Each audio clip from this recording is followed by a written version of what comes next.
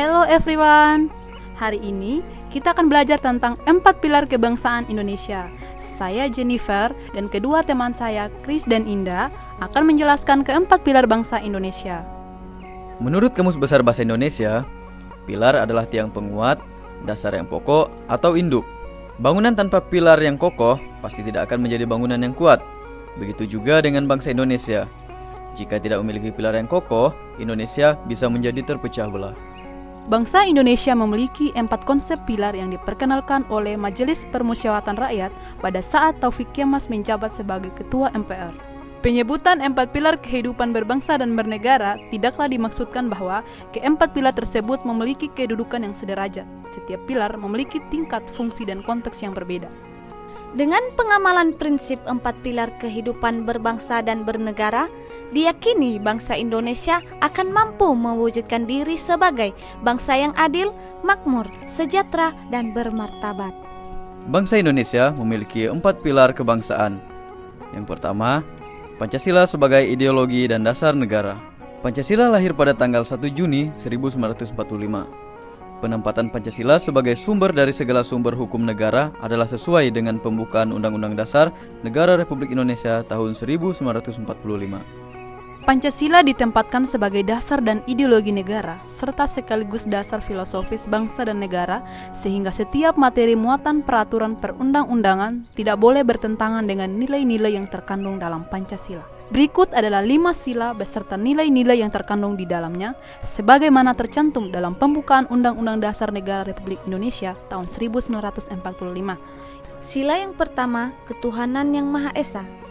Sila ketuhanan yang Maha Esa dalam Pancasila pada prinsipnya menegaskan bahwa bangsa Indonesia dan setiap warga negara harus mengakui adanya Tuhan. Sila yang kedua, kemanusiaan yang adil dan beradab.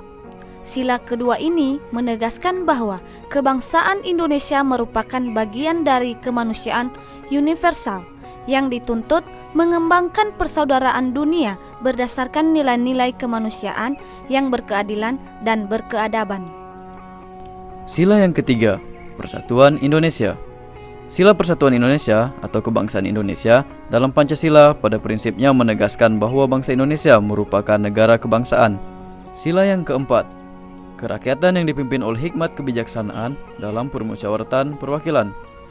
Sila keempat ini pada prinsipnya menegaskan bahwa bangsa Indonesia akan terus memelihara dan mengembangkan semangat bermusyawarah untuk mencapai mufakat dalam perwakilan. Sila yang kelima, keadilan sosial bagi seluruh rakyat Indonesia. Sila kelima menegaskan bahwa seyogyanya tidak akan ada kemiskinan dalam Indonesia merdeka. Indonesia harus memiliki kehidupan yang adil dan makmur bagi seluruh rakyat Indonesia. Pilar yang kedua, Undang-Undang Dasar Negara Republik Indonesia tahun 1945 sebagai konstitusi negara.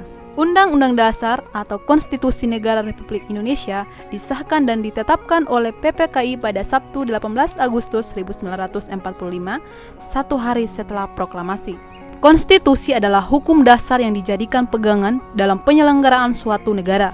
Konstitusi dapat berupa hukum dasar tertulis yang lazim disebut Undang-Undang Dasar, dan dapat pula tidak tertulis. Undang-Undang Dasar menempati tata urutan peraturan perundang-undangan tertinggi dalam negara. Undang-Undang Dasar merupakan sumber hukum tertinggi yang menjadi pedoman dan norma hukum yang dijadikan sumber hukum bagi peraturan perundang-undangan yang berada di bawahnya. Pilar yang ketiga, Negara Kesatuan Republik Indonesia sebagai bentuk negara. Negara Kesatuan Republik Indonesia merupakan bentuk negara yang dipilih sebagai komitmen bersama. Negara Indonesia ialah negara kesatuan yang berbentuk republik, sebagaimana tertera dalam Pasal 1 Ayat 1 Undang-Undang Dasar 1945. Negara Kesatuan Republik Indonesia adalah pilihan yang tepat untuk mewadahi kemajemukan bangsa. Oleh karena itu, komitmen kebangsaan akan keutuhan Negara Kesatuan Republik Indonesia menjadi suatu keniscayaan yang harus dipahami oleh seluruh komponen bangsa. Pilar yang keempat, Bhinneka Tunggal Ika sebagai semboyan negara. Bunyi lengkap dari ungkapan Bhinneka Tunggal Ika dapat ditemukan dalam kitab Sutasoma yang ditulis oleh Empu Tantular pada abad ke-14 di masa Kerajaan Majapahit. Bhinneka Tunggal Ika adalah semboyan negara sebagai modal untuk bersatu. Kemajemukan bangsa merupakan kekayaan kita, kekuatan kita yang sekaligus juga menjadi tantangan bagi kita bangsa Indonesia, baik kini maupun yang akan datang.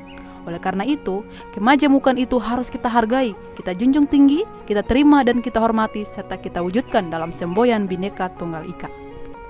Kesimpulannya, keempat pilar kehidupan berbangsa dan bernegara semestinya harus kita jaga, pahami, hayati, dan laksanakan dalam pranata kehidupan sehari-hari, di mana Pancasila yang menjadi sumber nilai ideologi, Undang-Undang Dasar Negara Republik Indonesia tahun 1945 sebagai aturan yang semestinya ditaati, dan Negara Kesatuan Republik Indonesia adalah harga mati, serta Bhinneka Tunggal Ika adalah perekat semua rakyat.